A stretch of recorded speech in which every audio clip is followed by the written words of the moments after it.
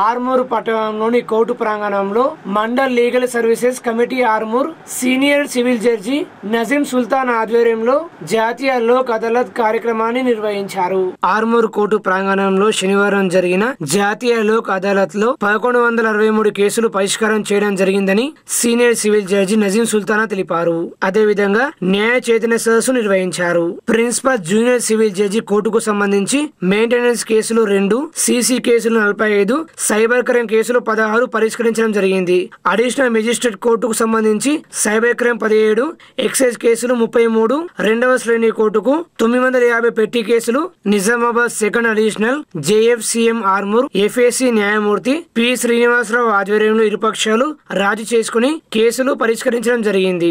ఈ కార్యక్రమంలో bar association ఉపాధ్యక్షులు పొరేడి శంకర్, న్యాయవాదులు, బ్యాంక్ అధికారులు, న్యాయ సిబ్బంది తదితరులు పాల్గొన్నారు. ప్రతి 2 months 3 months ఒకసారి జరుగుతుంది.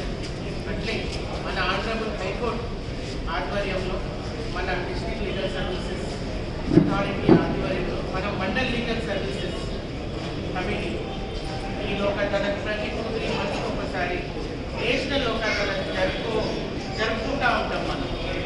సో ఎందుకు మరి నేషనల్ లోక్ అదాలత్ అని ఒక క్వశ్చన్ ఫస్ట్ వేసుకోవాల్సింది. ఎందుకంటే కోర్టులు ఉన్నాయి కదా, కేసులు నడవాలి కదా, ఎందుకు కాంప్రమైజ్ చేసుకోవాలి అని ఫస్ట్ క్వశ్చన్ ఒకటి వస్తే మనకు మైండ్లో ఏంటంటే, ఆల్రెడీ మన కోర్టులు కేసులు ఇండియాలో ఉన్న ప్రతి కోర్టు, ఏ కోర్టు కూడా చూసుకోండి, ఫుల్ ఉన్నాయి.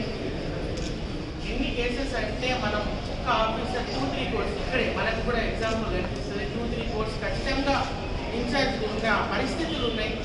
అట్లాంటప్పుడు ఒక రాజ్య మార్గం అనేది ఒక కాన్సెప్ట్, మంచి కాన్సెప్ట్ మన జ్యుడిషియరీలో, ఇండియన్ జ్యుడిషియరీలో అది స్టార్ట్ అయింది. సో దానికి మనం అందరం సహకరించాలి. ఎందుకంటే చిన్న చిన్న కేసులకి ఓన్లీ కాంపౌండబుల్ కేసెస్, మన సిఆర్పిసిలో ఉన్న కాంపౌండబుల్ కేసెస్ రాజీ ఏ కేసులు అవుతాయో ఆ కేసులకి ఇప్పుడు మేము మర్డర్ చేసినాం, మాకు కాంప్రమైజ్ చేయండి, మేము కాంప్రమైజ్ అయినామంటే కాదు. చిన్న చిన్న కేసులు, కొట్టుకున్న కేసులు కావచ్చు, చిన్న చిన్న దొంగతనాల కేసులు, అట్లాంటి యాక్సిడెంట్ కేసులు, అట్లాంటి దానికే మనం కాంప్రమైజ్ చేసుకుంటాం. సో ఎందుకు చేసుకోవాలి మనం కాంప్రమైజ్ అంటే, ఇప్పుడు మన ఇన్స్పెక్టర్ గారు చెప్పినట్టు మనం ఒక్కరు పొద్దున్న లేవగానే మీరు ఆల్మోస్ట్ అందరూ ఊరు నుండి వచ్చిన వాళ్ళు.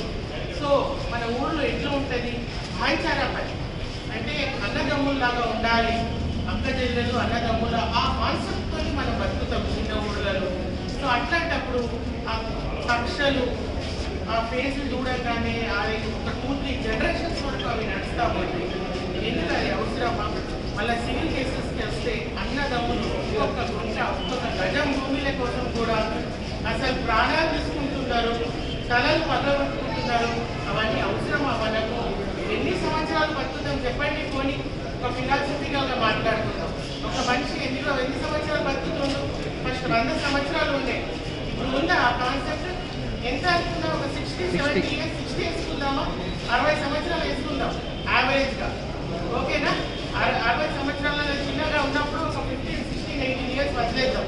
మిగతా ఎంత ఉంటుంది? ఒక 20-30 years ఉంటాయి. ఆ 20 సంవత్సరాలలో మనం 10 years ఓల్డ్ ఏజ్లో తీసేద్దాం. ఒక 10-15 years మనం బతికేదానికి అసలు పొద్దున లేవగానే ఆ పక్కూడ మోరీ నీళ్ళు వస్తున్నాయి మా ఇంటి లోపల. మా ఒక్క నల్ల ఉంది, ఇప్పుడు ఆ నల్ల ప్రాబ్లం కొంచెం తగ్గింది కావచ్చు. సో ఆ ఒక్క నల్లకి ఆ నీళ్ళ కోసం, ఒక్క బిందె నీళ్ళ కోసం సంవత్సరాలు కొట్టుకొని, తలలు పగలగొట్టుకొని, అవన్నీ అవసరమా? హ్యాపీగా ఎవ్వరు కష్టం చేస్తే వాడికి అన్నం వస్తుంది, వాడు తింటుండు, అంతేనా? పక్కోడు ఎవరైనా ఫ్రీగా ఇస్తుండా? పైనోడు ఎవరైనా ఫ్రీగా ఇస్తుండా? ఎవ్వరు ఇస్తలేరు. సో మన పైసలు మనం తింటున్నాం. మనం కష్టపడితే పొద్దు నుండి సాయంత్రం వరకు మీరు కానీ, నేను కానీ, అందరు కానీ కష్టపడితేనే పైసలు వస్తాయి.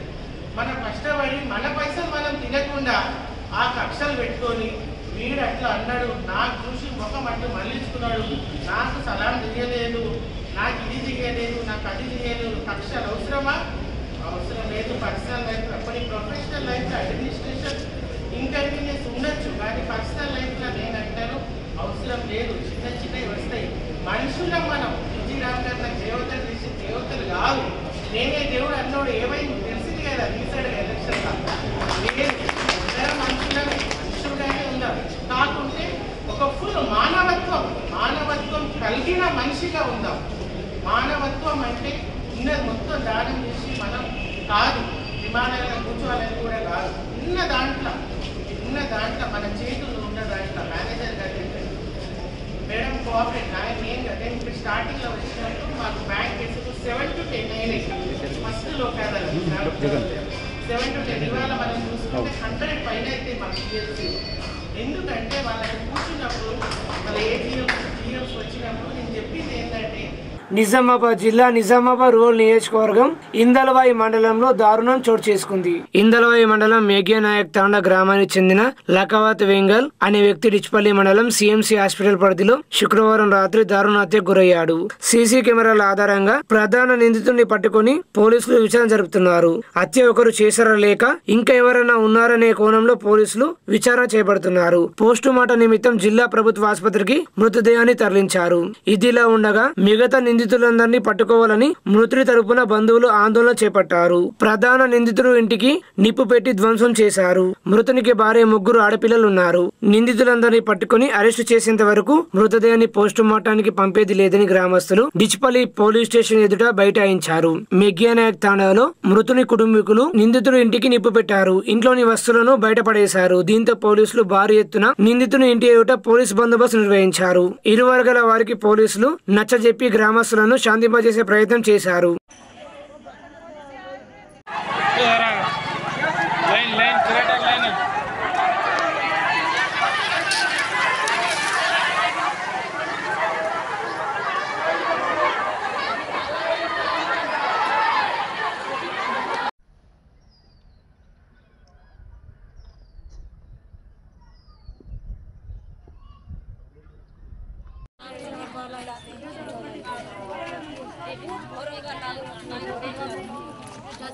సరే కానీ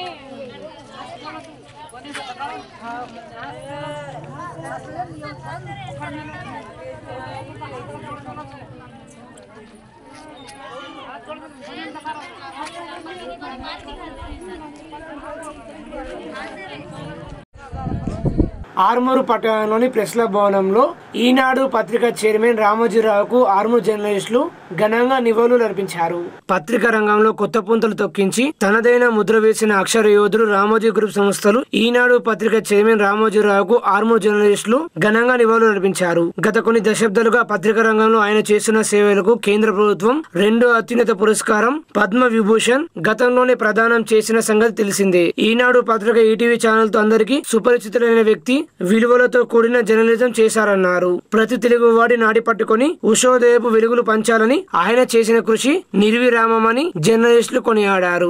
ఆయన ఆత్మకు శాంతి కలగాలని 2 నిమిషాలు మౌనం పాటించి వారి కుటుంబానికి ప్రగాఢ సానుభూతి తెలియజేశారు. ఈ కార్యక్రమంలో ఆర్మూరు జర్నలిస్టులు నెమ్లి ప్రశాంత్, పుట్టి మురళి, కలిగొట చిన్న, సందీప్ క్రాంతి, రాకేష్, రితీష్ తదితరులు పాల్గొన్నారు. ఈరోజు ఉదయం ఈనాడు సంస్థల చైర్మన్ రామోజీరావు గారు అనంత లోకాలకు వెళ్ళిపోవడం జర్నలిస్టు లోకానికి చాలా బాధాకరం. ఈ సందర్భంగా ఆర్మూర్ జర్నలిస్టుల పక్షాన ఆర్మూర్లోని ప్రెస్ క్లబ్ భవనంలో రామోజీరావు అకాల మృతికి ఆయనకు జర్నలిస్టులందరం ఘన నివాళి తెలియజేయడం జరిగింది. ఆయన ఆత్మకు శాంతి చేకూరాలని జర్నలిస్టు లోకం తరపున కోరుకోవడం జరుగుతుంది. అక్షర యోధుడు, కలం వీరుడు, జర్నలిస్టు వృత్తికి నిలువెత్తు నిదర్శనం.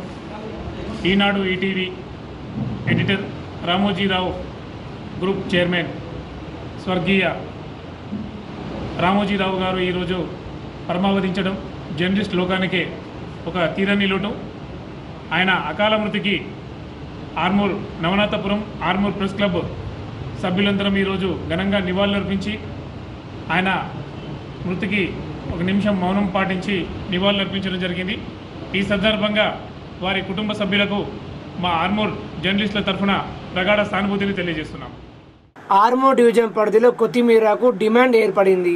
ప్రస్తుతం ఉష్ణోగ్రతలు పెరగడం, వడగళ్ల ప్రభావంతో రైతులు కొత్తిమీర పంట వేసినా మొలకెత్తలేదు. తగినంత పంట లేకపోవడం, రైతులు విత్తనాలు వేసినా పంట దిగుబడి రాకపోవడంతో సరఫరా డిమాండ్ పెరిగింది. దీంతో మార్కెట్లో వ్యాపారులు కిలో కొత్తిమీరకు రూపాయలు సుమారు 150 నుంచి 200లకు విక్రయిస్తున్నారు.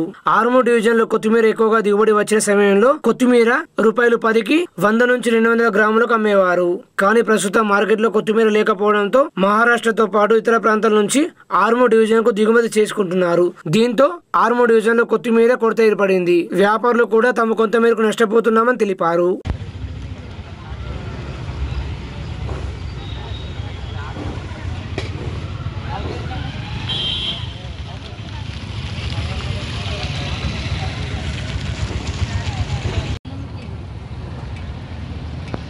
ఇంతకుముందు కొత్తిమీర చాలా తక్కువ ధరకు దొరికేది. ఇప్పుడు ఎండలు రావడం వల్ల ఎక్కువ రేటు పలుకుతుంది.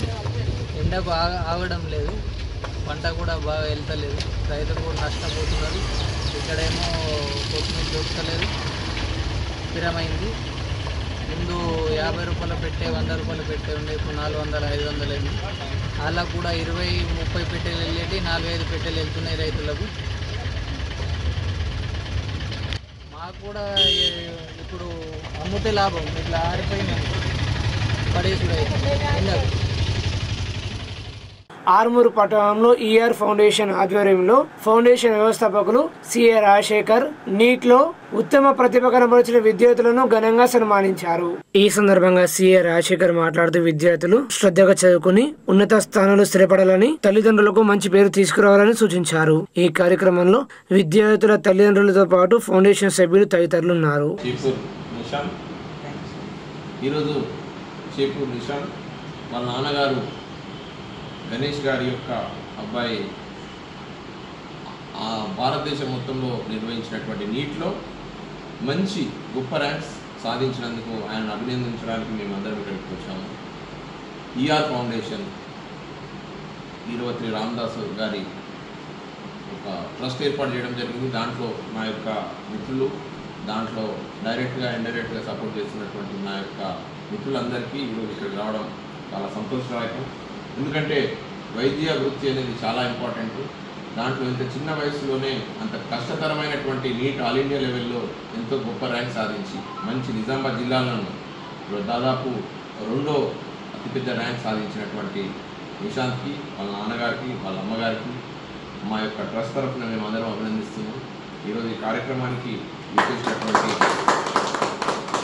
శ్రీ లింబాది గౌడ్ గారు, స్థానిక కౌన్సిలర్ గారు, మల్లేష్ గౌడ్ గారు, శ్రీధర్ గారు, రాము గారు, లింగగౌడ్ గారు, భోజగౌడ్ గారు, మల్లేష్ గారు, అశోక్ అన్న, ముఖ్యంగా అశోక్ అన్న మా యొక్క ఆర్మూర్ ప్రాంతానికి సుపరిచితులైనటువంటి పాత్రికేయులు, మమ్మల్ని అందరినీ ఎంతో ఎంకరేజ్ చేస్తున్నటువంటి అశోక్ అన్న గారికి, అలాగే ఎంతో కింది స్థాయి నుంచి చాలా కష్టపడి ఒక మంచి పొజిషన్కి వచ్చి వ్యాపార రంగంలో అభివృద్ధి సాధిస్తూ వాళ్ళ అబ్బాయిని ఎంతో చక్కగా చదివిస్తూ మన ఆర్మూర్కి ఎంతో వన్నె తెచ్చినటువంటి నిశాంత్కి ఈరోజు మా యొక్క సంస్థ తరఫున, ట్రస్ట్ తరఫున నుంచి అభినందిస్తూ, అలాగే ఇతని యొక్క స్ఫూర్తిని తీసుకొని మిగతా పిల్లలు కూడా చాలామందిని ఆయన తయారు చేయాలని, భావి తరాలకు ఆయన ఒక మంచి మార్గదర్శకం వహిస్తూ వైద్య వృత్తిలో మంచి పేరు సంపాదించాలని, అలాగే వారి యొక్క చుట్టుపక్కల వ్యక్తులను కానీ సమాజాన్ని కానీ ఎంతో సేవా దృక్పథంతో చేస్తారని ఆశిస్తూ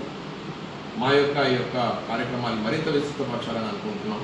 పిల్లలు ఎంతో కష్టపడి వస్తున్నటువంటి ఈ తరుణంలో మేము కూడా సమాజం పట్ల బాధ్యతగా వారిని ఎంకరేజ్ చేస్తూ వారిని కార్యోన్ముఖులు చేయాలన్న ఉద్దేశంతో ఈ యొక్క యాక్టివిటీ చేయడం జరిగింది. ఈ కార్యక్రమానికి చేసినటువంటి ప్రతి ఒక్కరికి మరియు ఈ ప్రత్యేకంగా నిశాంత్కి, వాళ్ళ నాన్నగారికి, అమ్మగారికి ప్రత్యేకంగా శుభాభినందనలు తెలియజేస్తున్నాను. ఆర్మూరు పట్టణంలో రోటరీ క్లబ్ ఆఫ్ ఆర్మూరు ఆధ్వర్యంలో ఈనాడు పత్రిక చైర్మన్ రామోజీరావుకు ఘనంగా నివాళులు అర్పించారు. ఈ సందర్భంగా వారు మాట్లాడుతూ అక్షర సూర్యుడు, రచయిత, నిర్మాత, మార్గదర్శకుడు, దినపత్రికల సారథులు, సినీ నిర్మాత అని అలాంటి మహనీయుడు మన మధ్య లేకపోవడం తీరని లోటు అని వారి చిత్రపటానికి పూలమాలలు వేసి శ్రద్ధాంజలి ఘటించి నివాళులు అర్పించామని తెలిపారు. ఈ కార్యక్రమంలో కార్యదర్శి పటవరు తులసి కుమార్, మాజీ అధ్యక్షులు పుష్పకారావు, కాందే సత్యం, కాళీనివాసులు తదితరులు పాల్గొన్నారు. కవి, రచయిత, ఈనాడు దినపత్రిక స్థాపించి 48 ఏళ్ల ప్రస్తావన చెందడం జరిగింది. మరియు ఇటు సినీ రంగంలో కూడా నిర్మాతగా మరియు రచయితగా ఎంతో ఒక గొప్ప వ్యాపారవేత్తగా పేరుగాంచి వ్యవసాయ కుటుంబం నుంచి వచ్చి మన దేశానికే ఆదర్శంగా నిలిచిన మహా వ్యక్తిని మనం స్మరించుకుందాం అనే ఉద్దేశంతో మన రోటిగా ఫార్మర్ ఆధ్వర్యంలో మరియు ఇక్కడ కాలనీ వాసులు కావచ్చు, మరియు ప్రభుత్వ ఉద్యోగులు మరియు రిటైర్డ్ ఉపాధ్యాయులు మరియు కాలనీ వాసులు ప్రజలు అందరూ కూడా వారికి నివాళులు అర్పించడం జరిగింది. ఈ సందర్భంగా అలాంటి మార్గదర్శకం ఉన్న మహా వ్యక్తిని నేటి యువతరం చేసుకొని వారి అడుగుజాడల్లో నడవాలని ఆ ఆత్మ సార్ గారికి ఆత్మ శాంతి చేకూర్చాలని కోరుతున్నాం. Thank you very much. ఆ లోటును ఎవరన్నా పూడుస్తారనే దానికి సమాధానం లేదు కాబట్టి వారి ఆత్మకు శాంతి కలగాలని ప్రార్థిస్తూ వారి కుటుంబ సభ్యులందరికీ కూడా ఆ భగవంతుడు ధైర్య సాహసాలను మరియు వాటిని ఇవ్వాలని మనస్ఫూర్తిగా కోరుకుంటూ రోటరీ క్లబ్ ఆఫ్ ఆర్మూర్ తరఫున వారి ఆత్మశాంతికి నివాళులు అర్పిస్తున్నాం. సిరికొండ మండలం తాళరామడుగు గ్రామంలోని అంగన్వాడీ కేంద్రానికి సంబంధించి శుక్రవారం రోజున రామడుగు దళిత యువకులు భీమ్గల్లోని సిడిపిఓకు వినతి పత్రం అందజేశారు. దీంతో సిడిపిఓ ఏసీడీపీఓ వెంటనే స్పందించి శనివారం రామడుగు గ్రామానికి వచ్చి గ్రామంలో నెలకొన్న అంగన్వాడీకి గర్భిణీ స్త్రీలు పిల్లలు 2.5 కిలోమీటర్ల దూరంలో ఉన్న రాజనపల్లి అంగన్వాడీకి వెళ్లాలంటే ఇబ్బంది పడుతున్న సమస్యను పరిష్కరిస్తూ గ్రామంలోని 410 ఇళ్లకు 1వ వార్డు నుండి సర్వే చేస్తూ 205 వరకు మొదటి అంగన్వాడీ కేంద్రం సరోజనకు, మిగతా 205 ఇండ్లని 2వ అంగన్వాడీ రాజనపల్లి కేంద్రాన్ని జమునాకు సర్వే చేసి సమానతత్వంతో అందరిని ఒకే విధంగా చూడాలని తెలిపారు.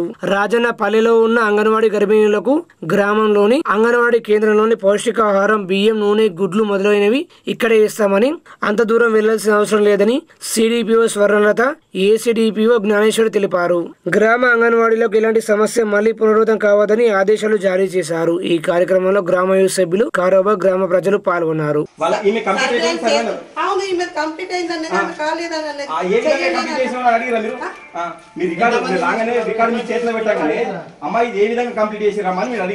నేను సుపీరియర్, నేను చూసి అది ఒకటే క్యాస్ట్ వచ్చిందనే ఉద్దేశంతో నా పై అధికారి మేడం ఇక్కడ ప్రాబ్లం ఉన్నది మీరు రండి మేడం అని చెప్పిన. అంతలోగా నాకు ట్రైనింగ్ పడ్డది. ఏం మేడం మీకు చెప్పలేనా? నేను 10 days ట్రైనింగ్ పోయినా. ట్రైనింగ్ పోకపోతే ఇలా సర్వే నేను వెరిఫికేషన్ చేస్తుంటే 10 days గ్యాప్ వచ్చినందుకు ఇక్కడ సమస్య అయింది. అదే ఎందుకు అయిందో ఒకసారి మీ వాళ్ళని అడగండి, అయితే అర్థమవుతుంది ఎందుకు వేసారు. అంటే ఈ ఇక్కడ వరకు రావడానికి గల కారణం మీరు అంటే మీకు ట్రైనింగ్ ఉందని మీరు పక్క వెళ్ళిపోయారు కదా. ఇక్కడ ఎందుకు జరిగింది చెప్పండి అమ్మా. నేను ఫస్ట్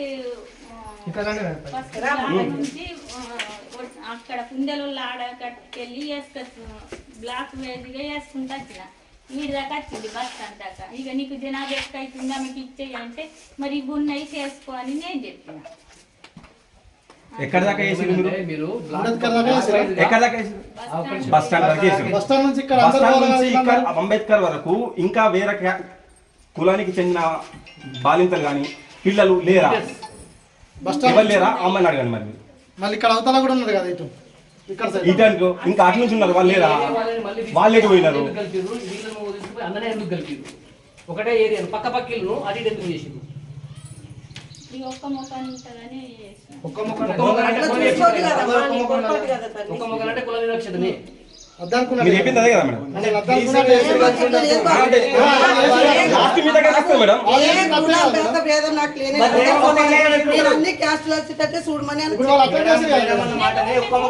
ఆడిపోయి కూడా తెచ్చుకోమని నెలకు ఒక్కసారి టీహెచ్ఆర్ ఇస్తుందని కూడా చెప్పిన. అక్కనేమో ఆడికి రమ్మని చెప్పింది, మరి అక్కడికి రమ్మని చెప్పారు కదా. టీహెచ్ఆర్ కి అక్కడికి రమ్మన్నాం. అయితే ఏమని చెప్పినా అందరు రాకున్నా కుటుంబంలో ఏ ఒక్కళ్ళన్నా ఎక్కడ అనుకూలమైన వినండి సార్ వినండి. అయితే బరువులకు రమ్మంటే ఆమె ఏమన్నది మేడం అక్కడికి బరువులకు వస్తలేరని నాకు ఫోన్ లో చెప్పింది. అయితే నేనేమన్నా బరువులు సరోజన దగ్గరనే తీయండి అంటే మొన్న ఇక్కడనే తీసినావు కదా పోయిన నెలలో. ఇక్కడనే తీసింది పోయిన నెలలో, ఇక్కడనే బరువులు తీసింది. మీరు సర్వే చేసిన ప్రకారం కుల వయసులో ఎందుకు డివైడ్ చేసిండ్రు? చెప్పండి. ఇప్పుడు నేనేమంటాను మేడం, పక్క పక్క ఇల్లు అప్పుడు ఆ ఇల్లు ఇల్లు 5-6 కుటుంబాలు ఈ మేరలో కూడా వచ్చిండ్రు బీసీ వాళ్ళు. ఎవరు వచ్చిండ్రు? మా ఇల్లు పక్కకు ఎర్రకొల్లు ఇల్లు బాకారం సతీశోళ్ళు వాళ్ళు వాళ్ళ బాబులు మా బాబుకు 1 month 2 months డిఫరెన్స్. వీళ్ళు ఇక్కడ ఎందుకుంటారు, నేను మాత్రం అందులోకి ఎందుకు పోయినా నాకు మీరు క్లారిటీ ఇవ్వండి. ఇప్పుడు మాత్రం క్లారిటీ కావాలి. మేడం ఏమంటుంది, కొందరు పోయినట్టు కదా మళ్ళీ సంజాయిషి కావాలి అని చెప్తున్నా. నేను ఇందాకనే చెప్పిన మేడం 100% ఈ ఒక్కదాన్ని మాత్రం 100% కలెక్టర్ వరకు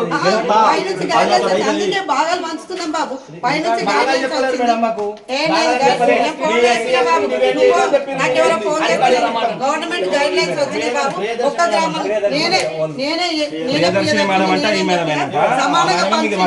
అని చెప్పిన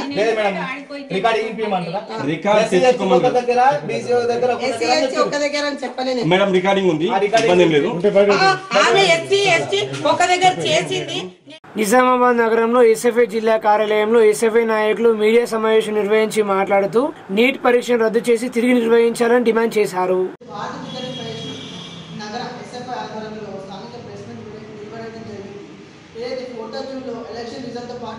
నీట్ ఎగ్జామ్ రిజల్ట్ కూడా రావడం జరిగింది. కాకపోతే 2024లో 67 మంది సాధించడం జరిగింది. కాకపోతే 2020-21లో 4 మాత్రమే ఆల్ ఇండియా ర్యాంక్ సాధించడం జరిగింది.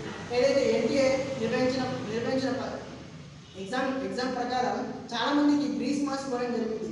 ఏదైతే ఒక 10 కిలోమీటర్ నుంచి 100 కిలోమీటర్ నుంచి వెళ్ళి సెంటర్లో రాసిన వంటి విద్యార్థి 10 నిమిషాలు లేట్ అయిన ప్రశ్నపత్రానికి 40 మార్క్స్ చొప్పున గ్రీస్ మార్క్స్ ఇవ్వడం జరిగింది. కాకపోతే ఇంతకుముందు కూడా ఎన్టీఏ నిర్వహించిన ఎగ్జామ్లో కూడా చాలా లోపాలు జరిగినాయి. ఏదైతే ఎగ్జామ్ ఎన్టీఏ ఆన్లైన్లో నిర్వహించిందో చాలా ఆఫ్లైన్ కావడం కానీ ఎగ్జామ్స్ సరిగ్గా సిస్టమ్స్ ఆఫ్లైన్ చేయడం కూడా జరిగింది. కాకపోతే ఈసారి కూడా ఆఫ్లైన్లో నిర్వహించిన ఎన్టీఏ సంస్థలు కూడా చాలా మందికి గ్రీస్ మార్క్స్ ఇవ్వడంతో చాలా లోపాలు కనపడుతున్నాయి. కాకపోతే ఈసారి విద్యార్థులు మంచిగా చదువుకొని వచ్చే మార్క్స్ కంటే గ్రీస్ మార్క్స్ ఎక్కువ రావడంతో చాలా మంది విద్యార్థులు దీన్ని వ్యతిరేకిస్తున్నారు. కాకపోతే ఈ ఎన్టీఏ ఉన్న లోపాలని మళ్ళీ సరిదిద్దుకొని ఎగ్జామ్ మళ్ళీ కంప్లీట్ చేయాలని ఎస్ఎఫ్ఐ డిమాండ్ చేస్తుంది.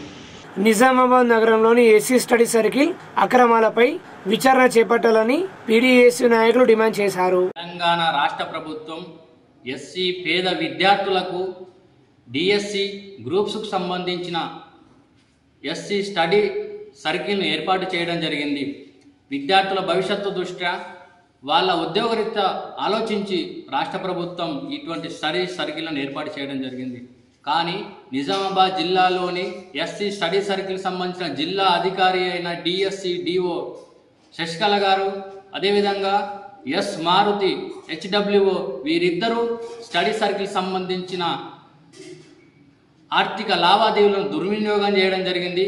అక్రమంగా వాటిని లాభార్జన ధ్యేయంగా విద్యార్థులకు సౌకర్యవంతమైన భోజనాన్ని పెట్టకుండా, వాళ్ళకు కావాల్సిన బుక్స్ను అందించకుండా, ఎటువంటి ఫెసిలిటీస్ని అందించకుండా ఈ విధంగా ధనార్జన ధ్యేయంగా వాళ్ళు ఆర్థిక దోపిడీని పాల్పడడం జరుగుతూ ఉన్నది.